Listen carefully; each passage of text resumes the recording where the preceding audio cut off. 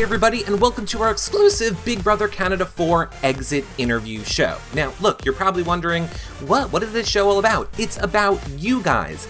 Every single week on Thursday night when the house guest is eliminated, you need to tweet myself or Dana right there at Reality Recaps or at D Goodyear and send us your question for the evicted house guest. And then we'll ask the best ones right here on this show. Now, if you're watching on our website, comment below. We want to know what you guys think. If you're listening in iTunes, 5-star rating and a nice review. YouTube, you can click on these buttons, thumbs up and subscribe. Those are great ways to help support our show for free. But free isn't going to get you backyard interviews where you're asking your questions live to the house guests. Oh, that's right. We've been invited to the backyard and we're going to get to do all of the finale interviews live taking your questions, but it kind of costs a lot of money to get there. So if you're not, consider becoming a patron. YourRealityRecaps.com/patron. You get access to the patron-only Facebook groups, shows and content only for patrons, spoilers that we can't post publicly, so much more. But most importantly, it really is what keeps our website up and running. It's simple, it's easy, you do it right through PayPal. You can also make a one-time PayPal donation over there too. So check it out because we need your help and we only got like a month and a half or two left. So check that out.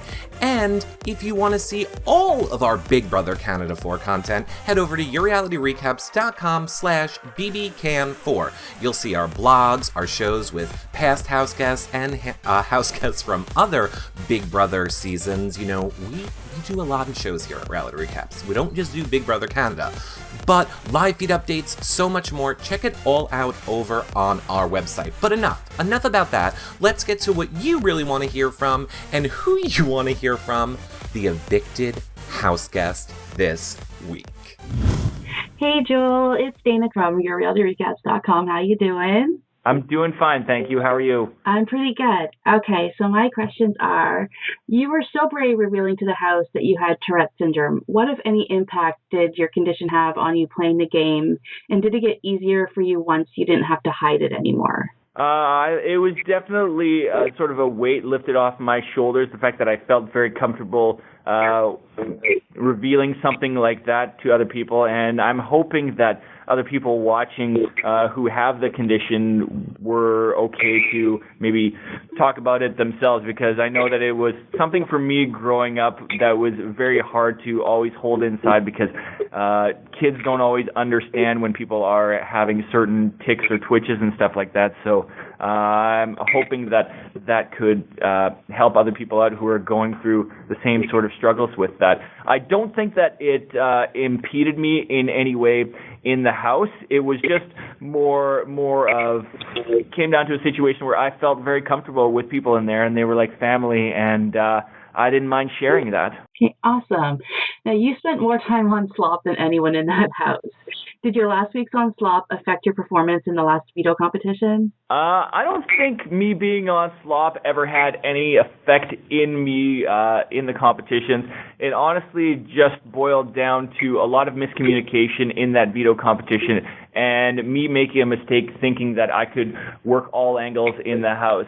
I don't think slop ever had an impact in my competitions, because there was even a point where the competition that I had won with Mitch, I had just finished up 2 weeks on slop and I crushed a lot of people in that competition. So I don't think slop was determined how I performed in any competition. Excellent.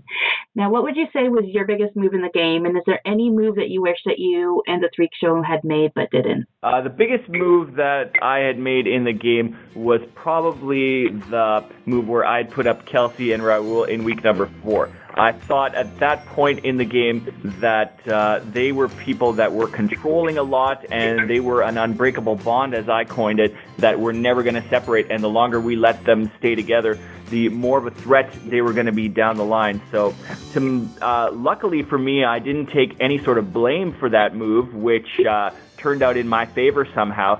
And that was by far the biggest move that I had made in the game. In terms of other moves that the Freak Show should have made, the only thing was that we just couldn't pull it together when it came to competitions in crunch time last week, and we could be in a very different position. So the only move I think we could have made, which would have helped us out, was to win maybe that bowling competition, and then the brothers would have been out of the house, and then we would be sitting very, very pretty. Awesome. Thank you so much. That's it for me. Thank you.